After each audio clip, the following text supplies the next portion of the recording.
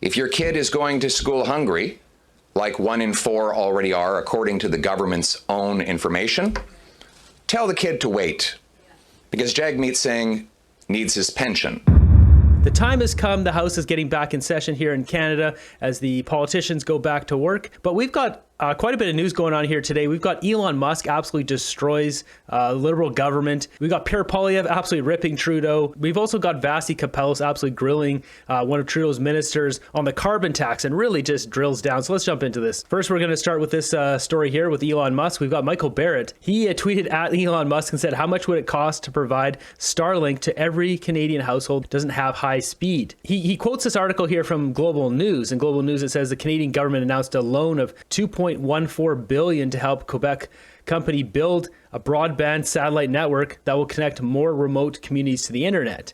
If we take a look at this, so basically we've got this Telesat Lightspeed. Canada, Quebec give billions of dollars for satellite production. So right away, you know, Elon Musk already has satellites in space and already offers this service.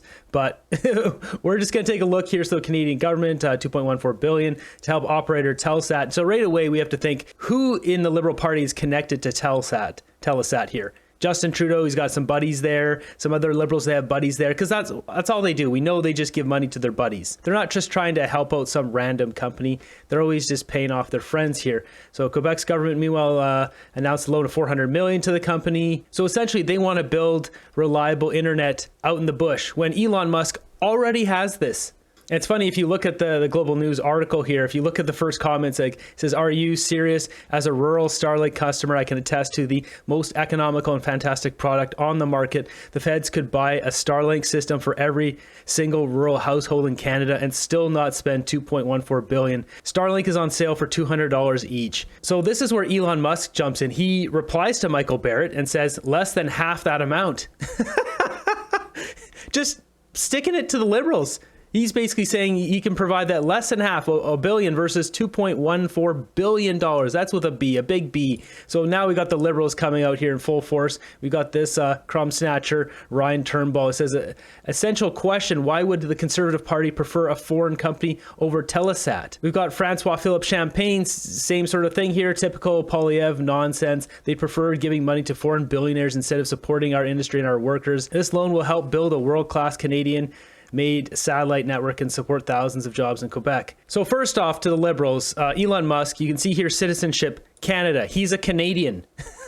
Yes, he does business. His business is run out of America. But I mean, you want to call it what it is. He's Canadian. Second off, why would we waste $1 billion when this product already exists? These guys just want to pay off some buddy they have at this company. Let's get real. So moving on here, Vasi Kapelos has Karina Gould on here. And the second half of this interview here, she really just rips her on the carbon tax. She does not hold up. I think this is why Justin Trudeau has been especially poopy pants when he talked about CTV the other day. He knows that Vasi Kapelos is just going through and ripping these Liberal ministers one by one, and it's embarrassing across Canada. One of those interventions or programs, however, keeps losing popularity. I'm thinking specifically of the consumer portion of the carbon tax. This week, two of your closest allies on the fight against climate change, Jagmeet Singh at the federal NDP and Premier David Eby, an NDP premier in BC, essentially rejected that consumer carbon tax is a sound policy and one that they would continue to implement, even in Premier Eby's case, if your backstop were to be removed. This is not like a conspiracy theory question. Climate change is real. It's an existential threat. Don't the actions your government take to fight it need collective buy-in? Why are you so rigidly wedded to this one portion of your suite of policies when it has proven to be so incredibly unpopular that even your one provincial ally, David Eby, no longer wants it? I mean, it's really interesting from Premier Eby's point of view, considering that BC was the very first province to bring in a price on pollution, and actually the federal backstop doesn't actually apply to British Columbia. So let's recall But doesn't that show you how deeply unpopular it is that he felt he had to come out and say what would happen? Yeah, it's certainly interesting for sure. But I think also what it states is that, there's only one political party in this country that is firmly committed to fighting climate change, and that's the Liberal Party of Canada. I think it's really interesting on Mr. Singh's part. This is the second time in as many weeks that he has kind of capitulated to the demands of Pierre Poilievre. First, Mr. Poilievre asks him to back out of SACA. Mr. Singh says, sure. The next thing Mr. Poilievre says was, don't back the price on pollution. Mr. Singh says, okay, no problem. So, I think it's really interesting that Mr. Singh is trying to position himself as someone who can stand up to Mr. Poilievre, but says, when Mr. Poilievre says jump, he just says how high. But respectfully, Minister, my question's not about Mr. Singh or the Conservatives. I have the NDP. It is an existential problem, right? And it's something that we have to do and fight. And, I think what it comes down to at the end of the day is what she is just stalling this entire time are the alternatives that are being positioned in order to actually bring those greenhouse gas emissions down, and in order to actually make sure that we are building an economy of the 21st century that is either. She's not buying it. Look at it. You're getting sour-faced, Vasi Kapelos. You're about to get destroyed. Low or no carbon, and is creating those good green jobs, and is making sure that we have a planet for our kids and grandkids. Those good green jobs, like the ones that are not coming to Canada anymore. You've got all these different companies shutting down production. Ford, all these big companies, they're not making the EVs anymore. The Liberals just don't want to admit that they failed. They failed miserably. They've chosen everything wrong, and they've hurt our economy. They won't take responsibility ever. Kids to grow into. I don't know that Premier Eby is saying let's not have a planet for our kids to grow into, or Jagmeet is saying anything like that. And I think even the lack of a climate plan from other parties deserves questioning, but it doesn't absolve your government of culpability around a policy now that has become so deeply unpopular that it seems you're not willing to give no matter what. It's 9%. That's what the Canadian Climate Institute said of the total reductions by 2030. That's not even close to the majority of what will reduce emissions.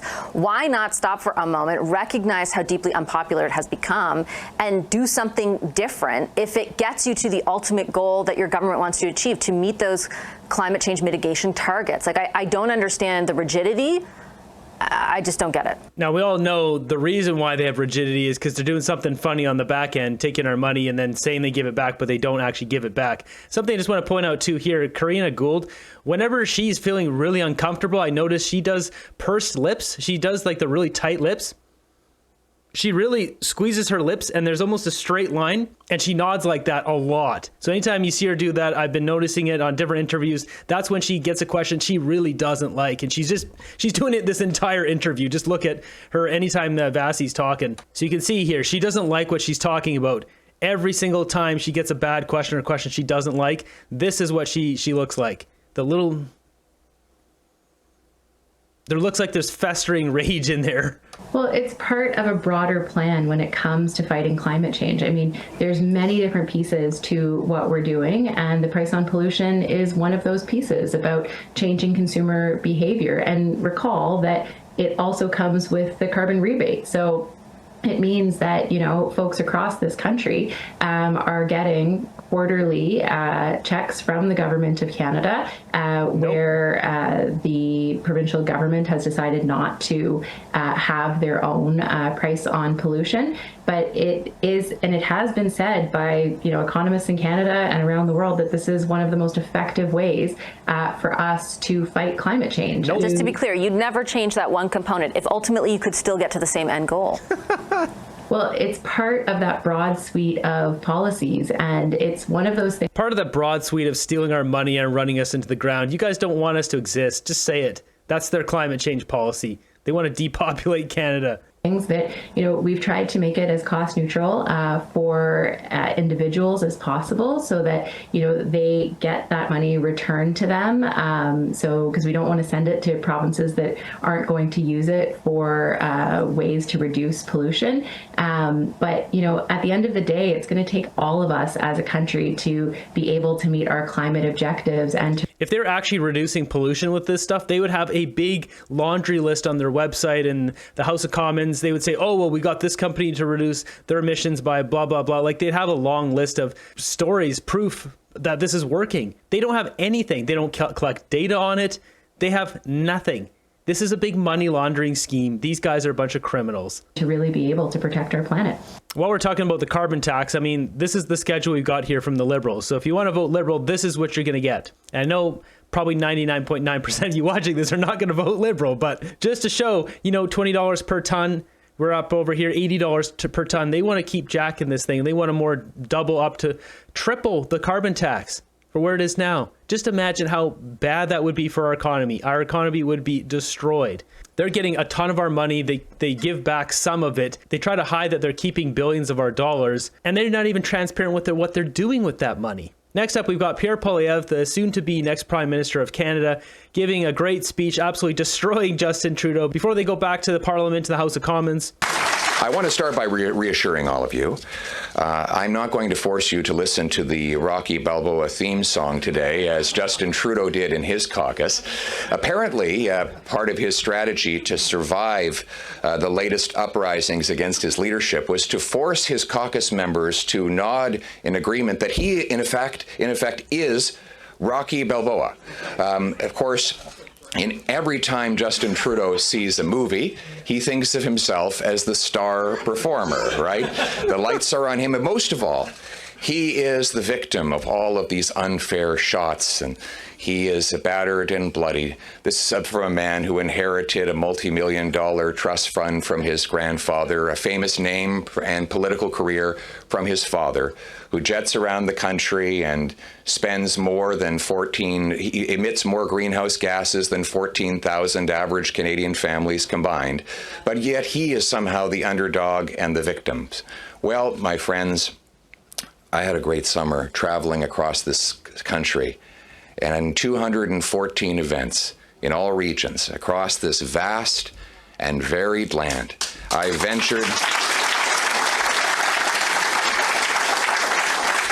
ventured across the land from the fog-shrouded fishing villages of the Pacific and the Atlantic, the fertile fields of the prairies, the bustling factory floors of Ontario, the frigid frontiers of the North, and I have witnessed in the men and women that I saw in these places the real champions, the real fighters, the real Rocky Balboas, and they are going to have common sense conservatives axing the tax in their corners after the next carbon tax election.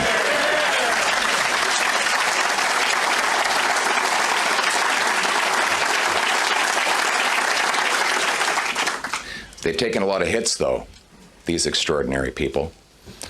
They took the sucker punch called the carbon tax, which Trudeau famously promised would never go above 11 cents a litre. Now it's 17 cents a litre, 60% higher. And he and the NDP Liberal government have voted to increase it over the next 5.5 years by 300% to 61 cents a litre. My friends, this is not just a question of affordability. Obviously, if the existing taxes forced 2 million people to go to a food bank and forced 25% of our kids to go to school hungry, obviously there would be mass hunger and malnutrition with a tax this high. This is not just about people living in the cold. Obviously, our seniors would have to turn the heat down to 14 or 13 degrees Celsius just to make it through the winter with a tax that high. Obviously, inflation would run rampant and people would not be able to leave their homes or drive anywhere. But this will shut down our entire economy. It would be a nuclear winter for our economy if we had the highest carbon tax in the world, which is what the NDP Liberals have voted to impose over the next 5.5 years. You got to question what motive is for that. They say it's for the planet, but they know full well that in India or China, just pick those two countries, you've got like 1.6 and 1.3 billion people. We're talking nearly 3 billion people, a third of the population of Earth, don't have a carbon tax. What is measly little Canada going to do with our 40 million people if we all are paying through the nose carbon tax? Nothing. They know that. So then you got to ask, what is the real motive behind the carbon tax and collecting billions and then giving back scraps and keeping billions for themselves? Is it maybe to shuttle a bunch of that money to McKinsey and this telesatellite thing to those companies in Africa that are investing in cell phones and all these consultants and all this other garbage that does nothing for us? It just ends up flushing Trudeau's buddies' pockets and getting rich. Maybe that's what they're doing with this money, because they know it's not going to do anything for the environment. That's why they don't collect data on it. Think of the factories. How would they get their inputs when there are no trucks that can afford to pull in and drop them off? And how would they get their products to market when there's no trucks to drive in and pick them up? Those trucks will all leave to another place, maybe 75 kilometers away, where there is no carbon tax. All of our industries and our businesses would pour over the border into the United States to hire American workers, create American jobs, serve American farmers, all at Canadian expense. This crazy carbon tax obsession of Justin Trudeau and the NDP is an existential threat to our economy and our way of life.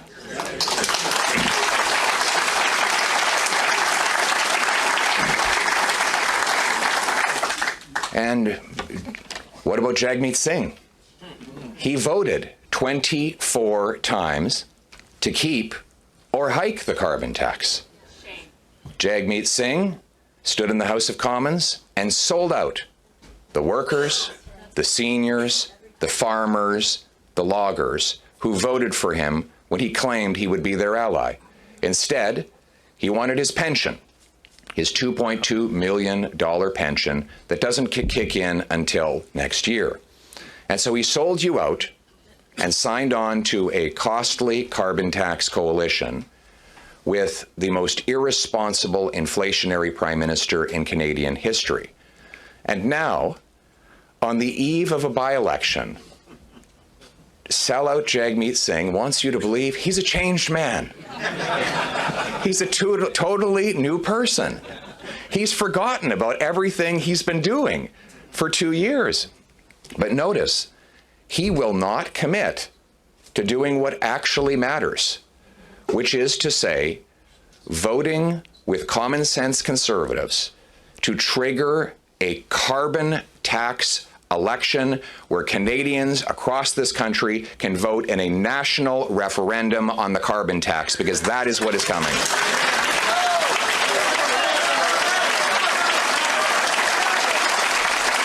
See that? The room is filled with people standing on their feet. Our next prime minister right there.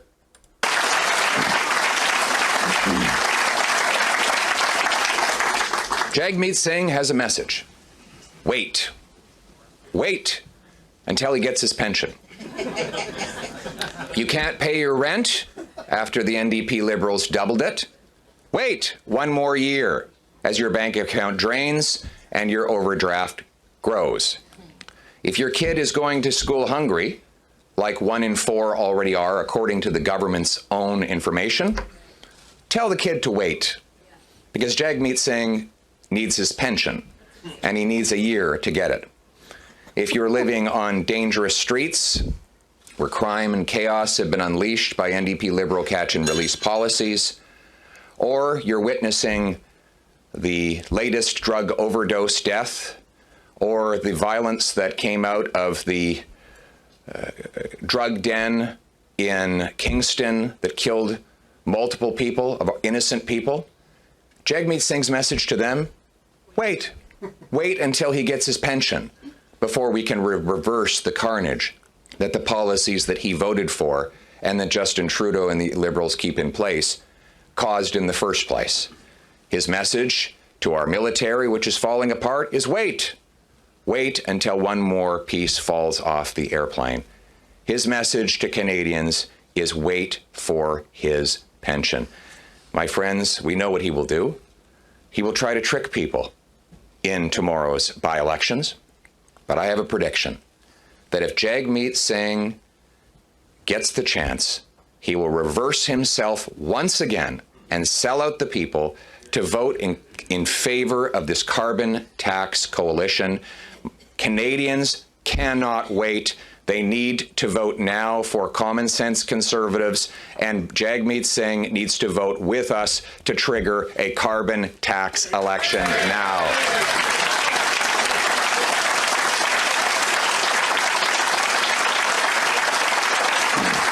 Pierre is an absolute savage here. That speech is Jagmeet. You know, he tried to brush this off in an interview there with Vasi, and he just said, "Oh, that's ridiculous. No, I'm going to get reelected. No problem. You know, I'm going to win my riding." And not so sure about that. And Justin Trudeau, he's just gone carbon tax crazy. We saw what he did. We saw what he did at his caucus meeting. It wasn't just Rocky. They brought out another celebrity, Carbon Tax Carney, right? Just to show how obsessed Trudeau is with the tax, he brought in one of the greatest carbon tax supporters in the world, Carbon Tax Carney, who said in his book, "The Canadian federal carbon pricing framework is a model for others. One of the most important initiatives is carbon pricing. The best approach is a revenue-neutral, progressive carbon tax." Right. And of course, right, the revenue-neutral carbon tax, like Ogopogo, you know, the Loch Ness Monster. You hear about them, but you never actually see it anywhere. And so Carbon Tax Carney has one disagreement with the Trudeau government. He was against pausing the carbon tax on home heating. Carbon Tax Carney's only disagreement is that he wants the carbon tax to be bigger and higher and apply to more things. And now he's the one advising Justin Trudeau on the economy. Has he not read the Finance Department report, which showed that the carbon tax is subtracting $25 billion from our GDP, about $1,400 per family this year alone, a number that will rise to an annual $30 billion a year.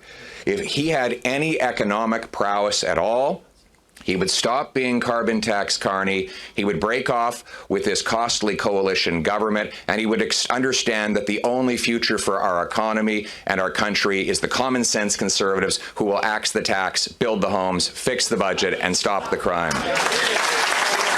Pierre's out here taking numbers, one after the other. We will lower income tax to make hard work pay once again. We will fix the budget by capping spending, cutting bureaucracy and waste, getting rid of billions of dollars of needless consulting contracts. We will build the homes by requiring municipalities speed up permits, free up land, and cut development charges to build 15% more per year as a condition of getting federal money. We'll sell off. Something's interesting. Sean Fraser just posted a video the other day saying it's common sense to build housing around transit stations. And it's quite literally like one of the keystones of Poilievre's policies here. He's been stating for a long time, the Liberals just keep ripping this guy off and just trying to spin it off as their own. 6,000 federal buildings, thousands of acres of federal land. We'll back the trades with powerful new Red Seal material that provinces and schools can voluntarily adopt so that we train the young people and we have the boots, not the suits, that are necessary to build the homes of the future, and those homes will be in safe neighborhoods. Yeah, we don't need any more suits. Justin Trudeau only brings in suits. And speaking of the trades, we've got this video posted here by Bob Zimmer, a conservative. It says Justin Trudeau and David Eby's radical, extreme, and wacko policies are killing our forest industry in BC.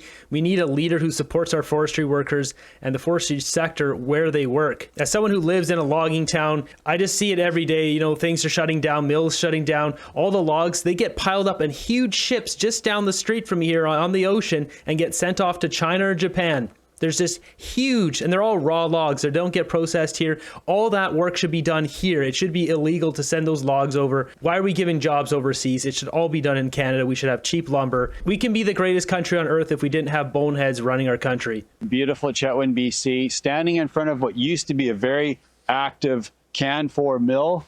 And you can see by the sign it says site closed. Well, why is it closed?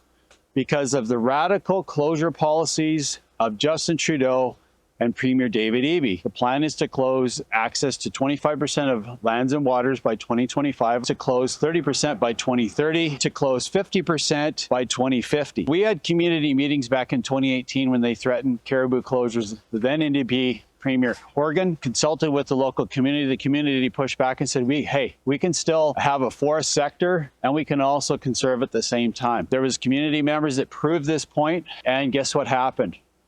The NDP government still did what they were going to do anyway and acted on these closures. We've lost 22 mills since Justin Trudeau came to office, and it's just going to keep getting worse. And it isn't just the thousands of people that work in the mills like Canfor behind me. It's the people that are the loggers that fall the wood. It's the logging trucks that bring the wood to the mill. It's also all the community members that work in Chetwynd right now. So whether you're at a grocery store, at a gas station, at the local bank, all those jobs are at risk because of Justin Trudeau's radical closures. We can't afford the radical policies of Justin Trudeau any longer. We need a prime minister that understands we can develop our natural resources and have conservation too. Justin Trudeau and the Liberals, Guy Beau, they like to speak a big game about all this stuff. But it comes down to it, all their policies are just broken and stupid. I mean, they went out and spent like $12 million to fly. They're still doing this right now. It's not completely done. They're flying around Sydney Island here and around just off of Vancouver Island, north of Victoria. They're flying around with a SWAT helicopter and some hired, pew-pew guys from Australia and America to use banned pew-pew devices and then taking out black-tailed deer that are invasive on this island. The locals would have done it for free. They wasted $12 million on this. Like, they just can't do anything right. And not only that, this is done by Parks Canada. They're breaking two laws. That's hunting from a helicopter and using a specific pew-pew. It's a long black one. I don't want to say the name of it, but it's a banned pew-pew in Canada. They're using an illegal pew-pew and they're hunting from a helicopter, breaking two laws in the process. And then when people come up with actual solutions for the caribou, they just shut that stuff down. Everything they do is just broken and stupid. If they were intentionally trying to be the dumbest politicians ever, they would win. They win the prize. They've won. Let me know what you guys think about Trudeau, handing over $2 billion versus just working with Elon Musk, who already has satellite service for all the rural Canadians. Do you think we should save over $1 billion and just go with a solution that's there, or invest in a company which likely has ties to some of the Trudeau Liberals who are going to get rich from that? Let me know what you guys think. Maybe there's more to this story.